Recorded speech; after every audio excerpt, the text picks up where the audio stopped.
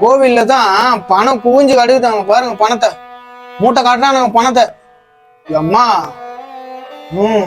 அப்படியே பணத்து மேலே நின்று பணத்தை அப்படியே வாரி இறையிறானுங்க பாருங்க. கோணியில கட்டுறானுங்க.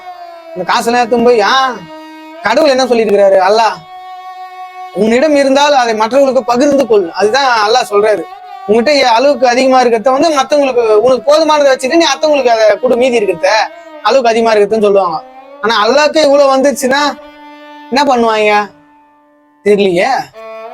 அல்லாஹ் போர்வையை போட்டுக்கிட்டு நிறைய பேரு கடவுள் எப்பயுமே நல்ல வழிமுறை தான் சொல்லி கொடுத்துக்கிறாரு. நல்ல மக்களுக்கு நல்லது செய்ய, எல்லாம் சரிசமமா நடத்து அப்படின்னு சொல்லிக்கிறாரு.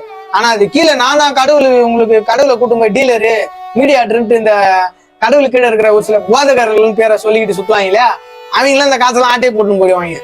கடவுள் பேரை வச்சு நல்லா அவங்க போது கடவுளை விட அப்படியே ஜாலியா இருப்பானுங்க. கடவுளுங்க அப்ப மாதிரி இவனுங்க ஜாலியா இருப்பானுங்க. கடவுள் பேரை வச்சு பண்ற பிசினஸுக்கு இப்ப அளவு இல்லாம போச்சு. இனிமேல் கடவுளுக்கும் ஜிஎஸ்டி போட்டாதான் சரி வரும் போது. கூடி சீக்கிரத்தை கோயிலுக்கும் ஜிஎஸ்டி போட்டாங்கன்னா முடிஞ்சு போச்சு.